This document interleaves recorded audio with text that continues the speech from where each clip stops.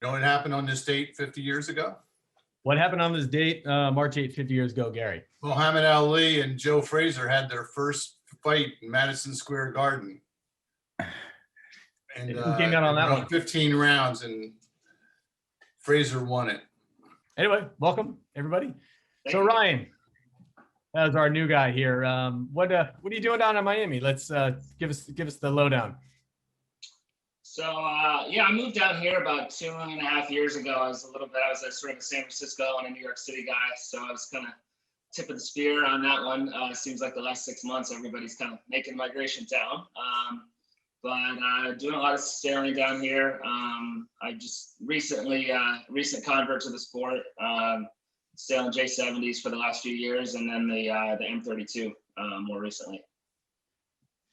So let's, I'm going to do a quick screen share here of, so this came from I'm assuming this is you, right? That's me. Okay, Team Surge. So we've got a positive identification there. You've got the Ray-Ban aviators going. That's kind of what you can need for flight school, huh? Yeah, indeed. So actually, this perspective, again, thanks to the up top media guys who seem to capture everything that you guys do really well. This is this cool, super groovy 360 camera on the bowsprit of Catapult, Joel Roning, right? And so this was, I believe, from this past weekend, which is your event number 3, right? So let's wind it back and take a look at what you guys do. I think you're somewhere in this frame, right? Who knows? We were kind of up and down with Catapult all week, so. There you go. You're sneaking in there. Here we are.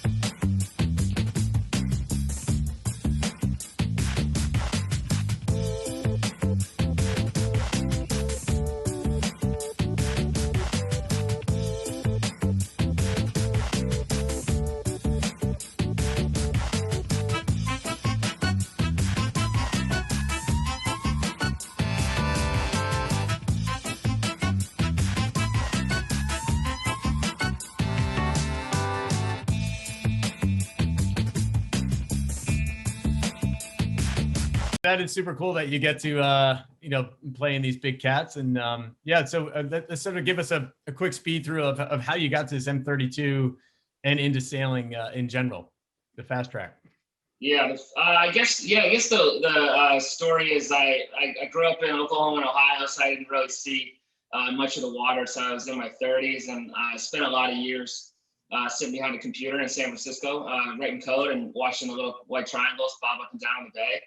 And I always thought that looked like something fun to do. And had a chance to take some time off from work, and I took an ASA 101 sailing class. And man, just 2 days in the class, they gave me this little certificate. They said, Ryan, you're a great sailor. We'll charter you a little Catalina 37 whenever you want. So the next weekend, knowing everything that there was to know, I invited a few friends out on this Catalina 37 on San Francisco Bay. It was probably, nuking like 25, and I about killed myself and everybody else that I knew on the boat. And it just, kind of mind blowing that after a weekend of a little sailing school, they charter something to you like that.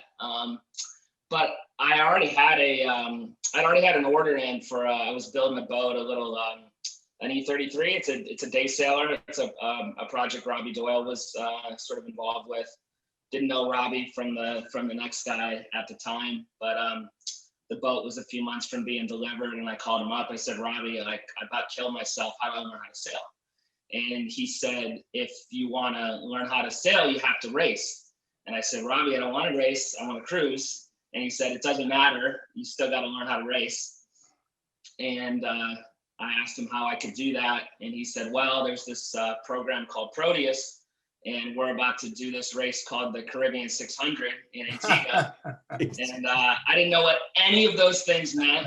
But yeah, he and George were kind enough to invite me down, and I rode along for a Caribbean 600, and that was kind of my introduction to the sport, and so kind of hooked from there.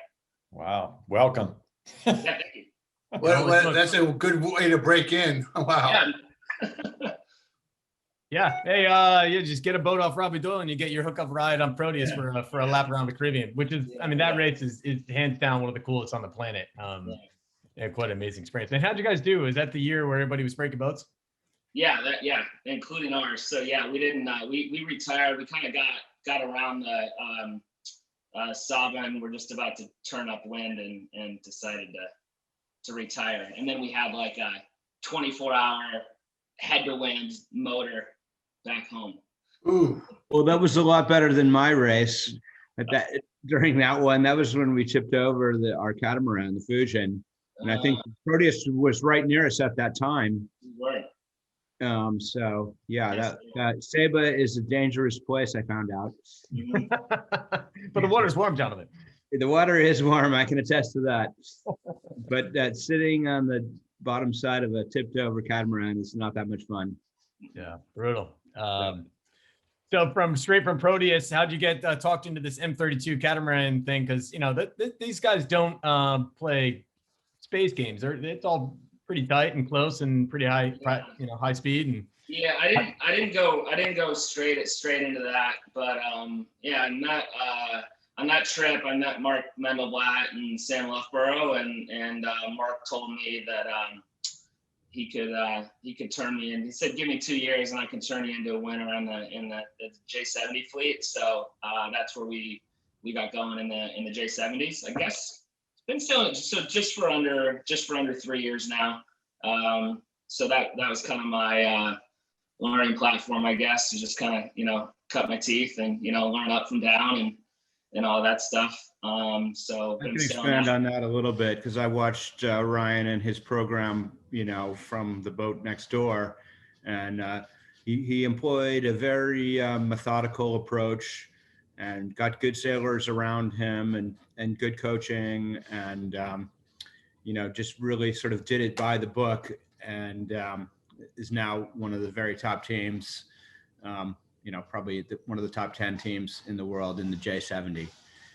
So it's testament to what just doing it properly and going through all the steps and keep learning and keep going to the regattas where that can get you. And I'll also add something, and I'm sure Ryan can expand this. Maybe he was getting bored of training by himself, but it turns out his new bride, Maggie, expressed some interest in sailing as well. You want to take it from here, Ryan? Yeah. Well, that sounds helpful. Yeah, thanks, Jonathan. But yeah, it's been good competing with you and trading a little fiberglass from time to time too. Yeah.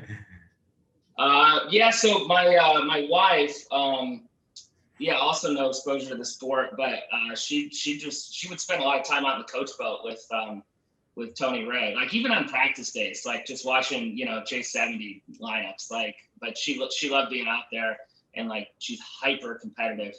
Over the summer I was kind of like, hey babe, what are you doing in the coach boat? We should just get you going. And so we got her a J70, so it's a two boat program right now, and then she's really taken to it. The last Bacardi event, we finished the regatta one too. Oh, who is one? Who is two? I got her, but I don't know how long I'll be able to.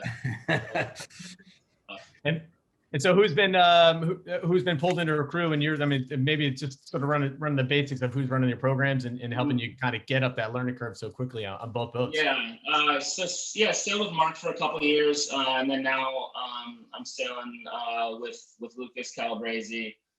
John Wallace has been with me for the whole time trimming, and then Sam Loughborough stepped off the big boat for me occasionally, and he's been doing the bow for most of it. And then Maggie has Brian Camelar, Oren Starr, and then she's had Jerice Finch on the bow, Dave Schreiner on the bow for her at times, and then we've got Tony, kind of behind the curtain. Yeah, it's awesome. All right, one final share screen here. Now this is just because we were going to pick on Jerry Kirby, but he decided not to show up. So let's close that. Oh, I one. got a feeling I know what this is going to be. Yeah. Oops. Oh, let's stop here. Let's keep going. Let's try that again. And thanks again to the up top media guys. But so I don't know if most of you guys have seen this, but you're a part of this. Well, I suppose this is that point where you just put on the blinders and keep sailing, right? Don't watch what's happening around you. Well, I'm trying to watch, and the guys are screaming at me to, hold the boat on the angle. But there you go. So we can so maybe talk it through. Let's wind up. So explain your perspective here and how often it happens in the M32 world. Yeah. So I mean, we're sort of in the starting sequence here, and there's Peter Tassler and the Blixen guys were I don't know, just coming from windward, trying to hook or look for a hole, and obviously they didn't get low enough to completely get below Jerry, and then they kind of teed him up there, spun him around, and then we get a bit of an auto attack, and then there she goes. And they're like, stop looking, go straight, right? Yeah. And then my guys are, they've got the full view of the whole thing. Let's take action, and then I can't really enjoy any of it because I'm trying to drive the boat. But yeah, I mean, luckily everybody was safe there. The boats, it's when the M32 is when you can be well, obviously, that was sort of a collision situation, but they can be kind of quick to lose it past the point of no return. But once you do, the rest of the capsize is like pretty slow. And they had a hole, so that was the end of the day. But generally speaking, I mean, you can right the things within 5 minutes, and not even miss the next race. It doesn't happen too often, but yeah, it definitely when the bow is on top of the stern like that, it'll just spin it pretty quick, and a bunch of dudes on a rack 6 feet out, it will go pretty quick, I imagine. Yeah. Well, it looked like they cleared out the starting area for you pretty nicely. Yeah, we did have a nice lane there.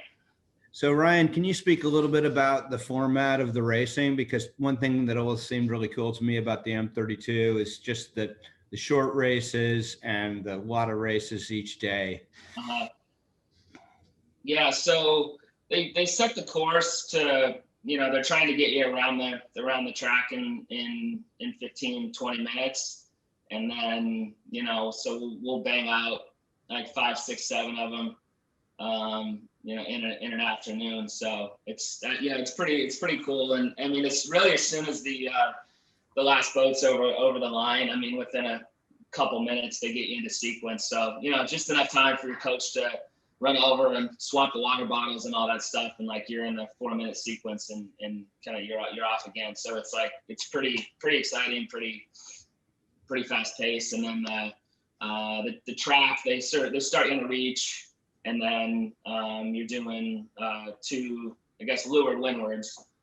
They've got gates at the top and the bottom. And then one thing about the course I really like is that once you come back up to the top after you take the 2 laps, you got to come around the reach mark and finish. And there's usually a lot of good action around the reach mark. Like fortunes are won and lost right there, where I think a lot of the other racing you do, boats are just kind of ripping in downwind, and a lot of times the positioning is pretty established at that point, but there can be some mayhem at the reach, so it keeps it pretty exciting, and keeps you really like in the race and engaged the whole way, because you never really know what's going to happen. I mean, sometimes even if it's not your boat involved, I mean, you'll see boats ahead of you get a little, get tied up and get slow, and then you have an opportunity to maybe kind of slingshot in there and catch somebody. So it's a really exciting finish. How do you use the gate, a windward gate, if you have a reach leg? How does that work? The gates are sort of a separate set of marks from the reach.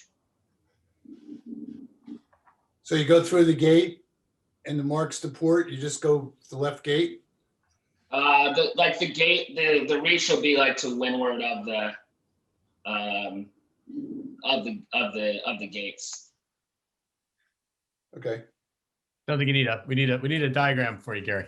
The windward gate is used after the first upwind, so that on the second run you can split and go either way. I think it's actually a pretty cool innovation that just allows a few more passing lanes on the No, run. that's good. I like it. Right. Yeah. I mean, it's interesting because the boats are pretty expensive to turn. So then you end up with a lot of sort of crossing situations where more times than not, it's easier to like sail a bit of extra distance. And then you just got, like, if you're sailing upwind, then you've just got a bit of a barrelway, instead of having to, like tack barrelway. So you get a lot of interesting kind of crosses at the top gate. Yeah, we saw an interesting tack barrelway in Auckland last. Yeah, sure It did. worked so well. Another cool thing about the M32 class is it's very strictly one design.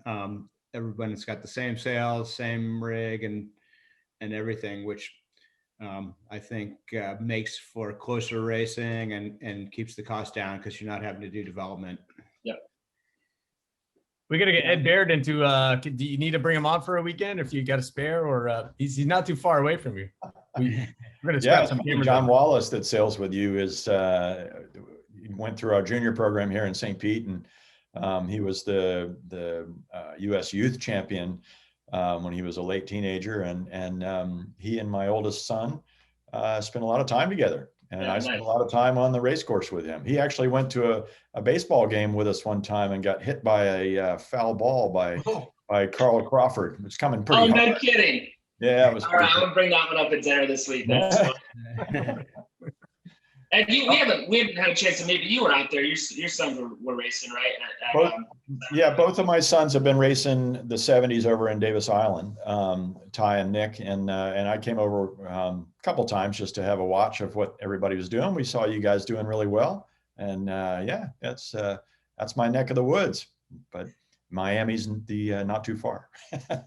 Hey, Ryan, how long ago did you take that ASA course to learn how to sail? When was that? Probably 4 years ago. Wow. It's extraordinary. Yeah. And that was in San Francisco where you took it? Mm-hmm. Yep. Right out of the yacht club, or where does that happen? Yeah, it was not out of the yacht club, but it was out of that same kind of out of the same marina. There was a little sailing school down there. Yeah. Hmm. And you didn't do any racing before then? None. No. All right. So as us aging old men here, what's this? How old are you? I'm 38. All right, there you go. Oh, me too. Yeah. So you were 34 years old and decided to take up sailing, and here you are, according to Jonathan, one of the top 10 J70s in the world in sailing M32s. Yeah, I'm impressed. That's very cool. Yeah, I mean, just a testament to the team, of course, and just, I try to just be a blank canvas. And is Mark Bundelblatt racing with you at all? No, not anymore. But in the Okay, I got a good J70, question for you, Ryan. What was You said with two of the great tacticians, American tacticians, Lucas and Mark Mendelblatt. Yeah, a lot of credit to both those guys. I actually put in some time. Mark told me if I really wanted to kind of up the game, I need to get a laser. So I actually put in some time on the laser with Mark, and he was be out there in his little Boston whaler and tacking on the whistle. Nice. Yeah, he still got it. A couple of times he didn't like what I was doing, and he put me in the tender and kind of show me a thing or two. So he's still got it. Okay, compare and contrast. Mark Mendelblatt, Lucas Calabrese. Oh boy, you're gonna get me in trouble here, Jonathan. Oh, come on. Oh, go for it. This will be fun. Oh man, I mean the guys are a lot different. I mean they both got like incredible instincts, and I mean it's like hyper competitive, and are really don't settle for anything but the best. Lucas is, I think maybe just being like a 470 sailor, he's kind of like he's like a maniac on the boat. I mean, he's always got to be, he's running around and yelling. He's kind of a crazy man. He's kind of a crazy man out there. But I certainly think we sail the boat now a little bit more dynamically, like kinetically with Lucas, kind of moving the weight around and everything. I think particularly downwind, I think that's been that's been pretty helpful. I mean, yeah, a lot I could say about Mark. Probably, I mean, the starting line with Mendel's is pretty special. He's so creative out there, and just always seems to be able to pull a rabbit out of his hat. What another one of St. Pete's finest, right, Ed? There you go. He's born and raised right here. He and his brother, and in fact, his brother David is a Commodore of a yacht club right now. Okay, cool. Yeah. I'm sure books could be told of Mendelblad experiences, and so we just keep you got the next chapter there. It's great to hear him. Haven't heard from him in a while. Mendelblad, I've sailed with him a fair bit. He's one of the greatest guys I've ever sailed with. He's so good. But I do recall on Etchel's North Americans where we port tacked the fleet and got up the first shift, and we're a half a length ahead, and we're going downwind, and it's blowing 25. And he's screaming at me to, just push harder. I'm just holding on for dear life in this big wind. And I said, Mark, look behind you. It's a half a leg lead here. Relax a little. He wanted more. A half a leg wasn't enough for him out of 50 some boats in the North Americans. That should tell you some of the pressure that we put on him as he grew up around here. That must have been it. You He never was knew. a great, You never he was a knew. really good sailor at Tufts when he was in college. Yep. No, he's definitely Awesome. very, very talented.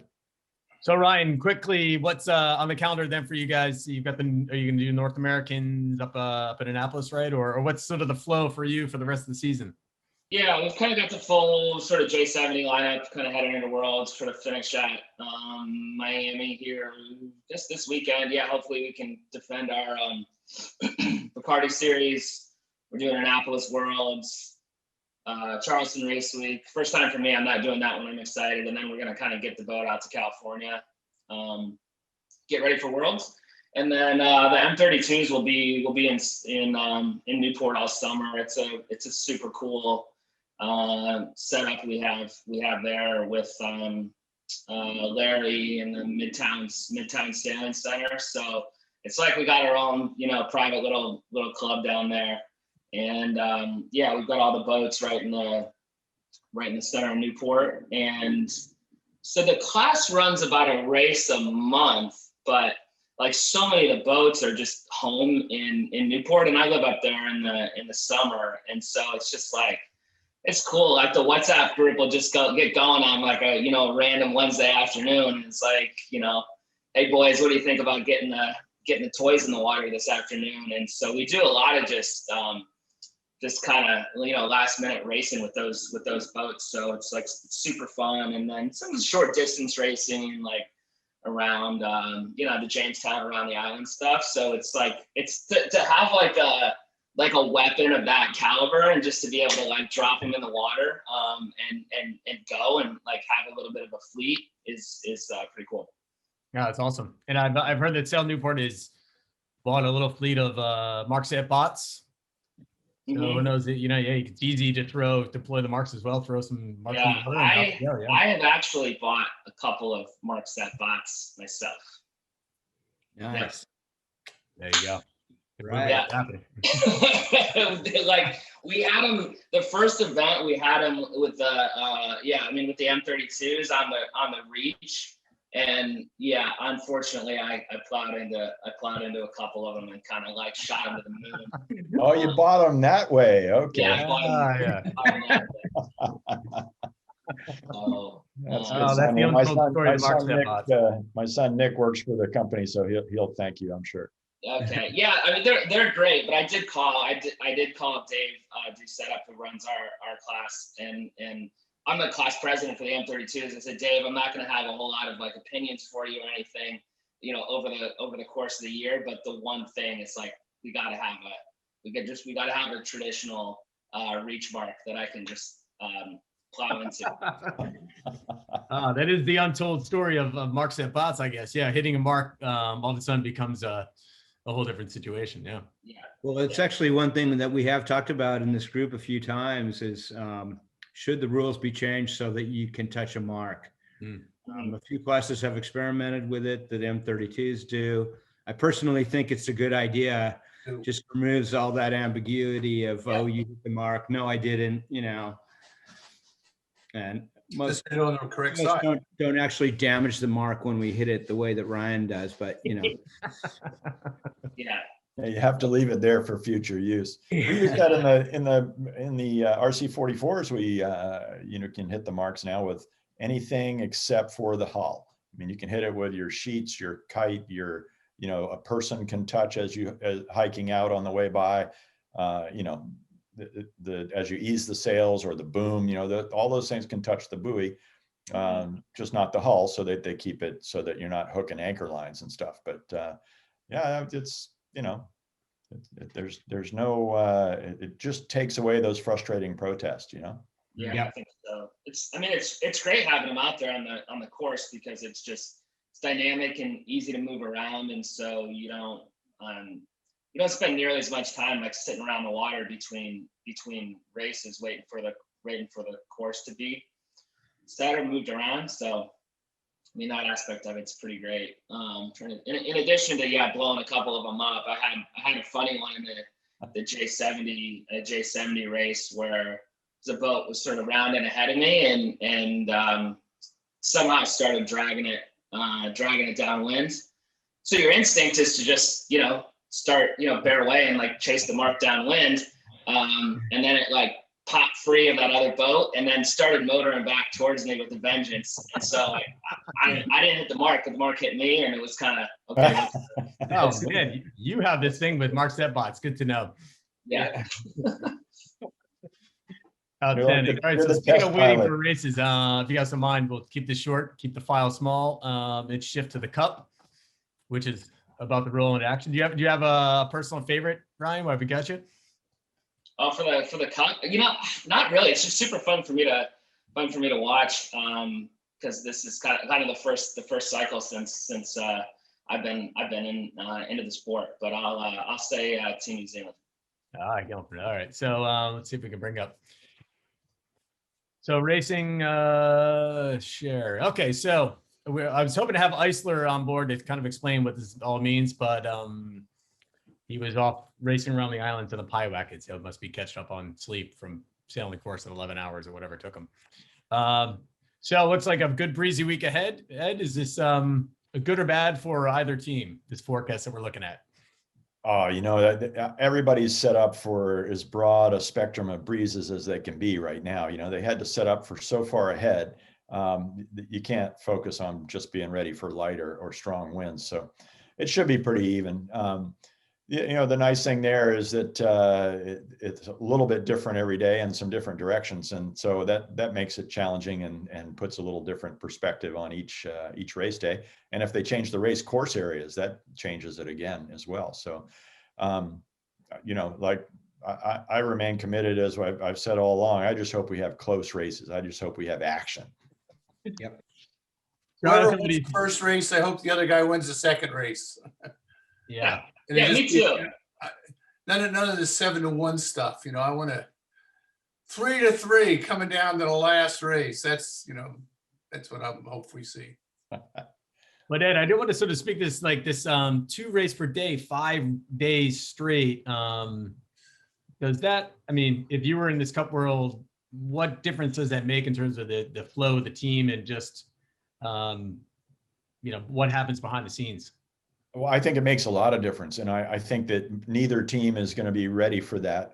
They both would have prepared and considered the schedule to give themselves a break in the middle from the original program where they can, go out and say, all right, we didn't do this well, let's go figure it out. And now they don't have that time. So it's going to be really pressed. It's going to, whoever is a little more on top of it, out of the bag, is going to have some advantage. It's definitely nothing like what we expected is in terms of the long-term planning. Nobody would have said, oh yeah, we're going to just do this until it's done.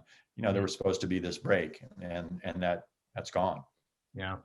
I sort of look at the high end of the forecast, and I just deep inside really hope that we don't have a capsized situation and a whole bunch of ghost races. And oh man, how bad that would be. Not much time to recover, you know? Yeah. No, we need to be, you know, have good solid races where there's a lot of action and there's shifts and lead changes, and then everybody's excited. Even the competitors are excited, you know, when it gets like that. That just makes it a more memorable event all the way around. But you're right, in any kind of catastrophic situation, like if they ran over the mark and blew it up, you know. Dave, I found it interesting that the Kiwis are experimenting with 2 helmsmen, one on either side. Yeah, quite a bit of chatter about that. Anybody have any opinions? Who's the other helmsman? Burling, and who's the other one? Ashby. Yeah. Ashby's going to steer. I think so. Wow. But to me, it's interesting that you've had 2 teams that have been very well prepared. That both Luna Rossa and Team New Zealand have had really good, solid campaigns from the beginning. No major hiccups, and so you know. Now we find out who's faster. And as we all know, the faster boat will win the America's Cup. And Spithill sure has shown himself to be pretty proficient at the starting lines. Yeah, where he wasn't in Bermuda in slower, 2017. though. I don't think that's going to be enough. Boat speed, yeah.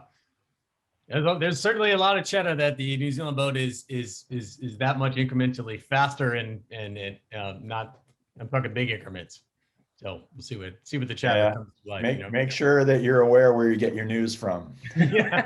Fake news, right, Ed?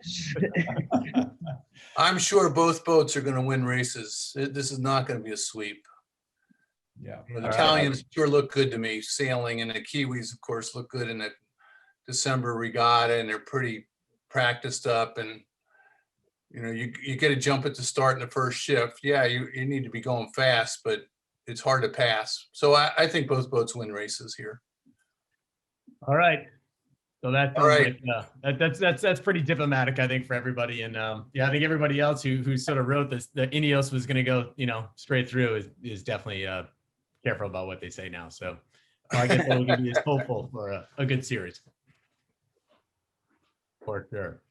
All right. Well, I think we've reached our file limit. So thank you, everybody, for joining in, and Ryan, especially for taking some time out of your day down there. Yeah, thanks, guys. It's fun. Yeah. Thank you, Ryan. Yeah, Ryan, good luck this week, and make sure, you know, be kind to my boys down there, will you? All right, gents. We'll see you next week with some real cup races, I guess, to chat about, and have a great week. Yes, sir. Right. Thank you. See you guys. Yep.